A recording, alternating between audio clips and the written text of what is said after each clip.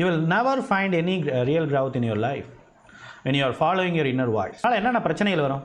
சரி, பிலீவ் பண்ணலை, நான் வந்து இதை ஃபாலோ, இதுக்கான கான்சிக்வன்சஸ் என்ன? the same pattern it will be repeated. இது ஒரு பேட்டர்னாக மாறி இப்படி தான் நம்ம வெளியில் வருவோம். விச் மீன்ஸ் ஒரு பிரச்சனையிலேருந்து நம்ம வெளில வருவோம், டெம்பரவரியான ஒரு சொல்யூஷன் கிடைக்கும் இது ஃபாலோ பண்ணுறதுனால. இப்படியே வந்து நம்ம வாழ்ந்துகிட்டு இருக்கும்போது அவங்க வேறு ஒரு பிரச்சனையை கொண்டு வருவாங்க. அப்போ நம்ம வந்து என்ன பண்ணுவோம், பேசி பார்ப்போம். அந்த ப்ரெஷர் தாங்க முடியாமல் இருக்கும்போது நம்மளோட இன்னர் வாய்ஸ் என்ன சொல்லும், சரி அவங்களுக்கு தேவையான விஷயங்களை கொடுன்னு சொல்லும், அது அவங்களுக்கு கான்ஃபிடென்ட்டை கொடுக்கும். இப்படியே ஒரு சேம் பேட்டர்னுக்குள்ளேயே அகைன் அண்ட் அகைன் நமக்கு எதிராக இருக்கிற இந்த அப்யூஸை வந்து எனேபிள் பண்ணுறதுக்கான பேட்டர்ன்லாம் நம்மளை மாட்டிக்கிறதுக்கு இந்த ஒரு ஈகோங்கிறது காரணமாக இருக்குது. sad இல்ல? You will never find any real growth in your life when you are following your inner voice.